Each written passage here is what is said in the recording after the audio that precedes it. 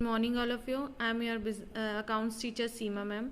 हमने स्टार्ट किया था chapter number 1 non for profit organisation, और उसका हमने कवर अप कर रखा था meaning and features of non profit organisation. Today we discuss about the financial statement in including in non for profit organisation. Non for profit organisation क्या थी?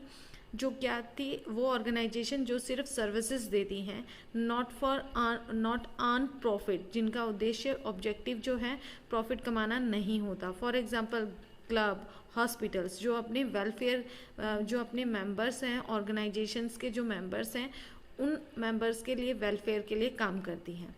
Non for profit organisations में organization maintain their financial statement. In their financial statement includes 3 statements: accounts, receipts and payment account, income and expenditure account, and balance sheet account. Receipts and payment account is the summary of cash book and it is based on real account. ये कौन से account पे base होती है? Real account पे।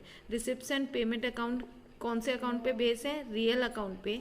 और real account का rule क्या कहता है? Debit what comes in, credit what goes out. और इसीलिए it is a T shaped and debit side write down the receipts and credit side write the payments. यानी what comes in it is a debit and what goes out it is a credit. In starting there is a opening balance, यानी receipts and payment account में हम opening balances लिखते हैं, cash का और bank का। Now we discuss about the features और characteristics of receipts and payment. First is nature of account. Nature of account is, यानी रिसिप्ट्स एंड पेमेंट अकाउंट क्या होता है? रियल अकाउंट होता है, जिसका रूल क्या होता है? Debit what comes in, credit what goes out. यानी इसमें हम रिसिप्ट्स एंड पेमेंट अकाउंट में जो चीज़ें आती हैं, जो चीज़ आई है, उनको हम डेबिट करते हैं, और जो चीज़ गई हैं उन्हें हम क्या करते हैं? क्रेडिट करते हैं। Next is writing down opening balance. इसमें इस खाते में हम डेबिट साइड हमेशा क्या लेते हैं? Opening balances. ठीक है। Next one is all cash receipt recorded on the debit side. इसके अंदर हम सिर्फ कैश रिसिप्ट, जो भी हमें कैश में प्राप्त हुई हैं चीज़ें, चाहे वो करंट ईयर से रिलेटेड है, चाहे नेक्स्ट ईयर से, चाहे प्रीवियस ईयर से, ये हम कहाँ दिखाएंगे? Receipt side. चाहे वो कैपिटल रिसिप्ट्स हैं या फिर रिवेन्यू रिसिप्ट्स हैं, हम जो भी रिसिप्ट्स होंगी, जो भी प्राप्तियाँ होंगी, उन्हें कहाँ दिखाएंगे? Debit side. Next, all cash is payment recorded on credit side. सारी की सारी पेमेंट्स किस साइड रिकॉर्ड की जाती है? क्रेडिट साइड, चाहे वो कैपिटल पेमेंट है या फिर रिवेन्यू पेमेंट्स है। Next, fifth is ignoring non cash item. जो नॉन कैश आइटम है वो हम इसमें इग्नोर करते हैं। फॉर एग्जाम्पल डेप्रीशिएशन, जो भी हमारे बैड डेबिट्स हैं, ठीक है, जो वो सब जो भी नॉन कैश आइटम्स हैं वो सब इसके अंदर इंक्लूड नहीं करते। Sixth is writing down closing balances. Closing balances का मतलब इसके अंदर जो भी बैलेंस फिगर आएगा वो क्लोजिंग बैलेंस आएगा कैश का और बैंक का। ठीक है।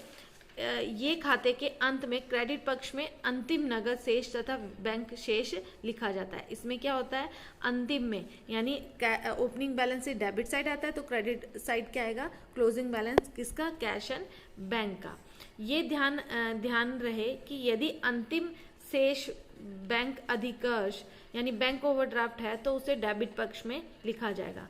कि अगर हमारा क्लोजिंग बैलेंस किसका दे रखा है हमें? बैंक ओवरड्राफ्ट का, तो वो हम किस साइड लिखेंगे? Debit side. किसके? रिसिप्ट्स एंड पेमेंट अकाउंट के।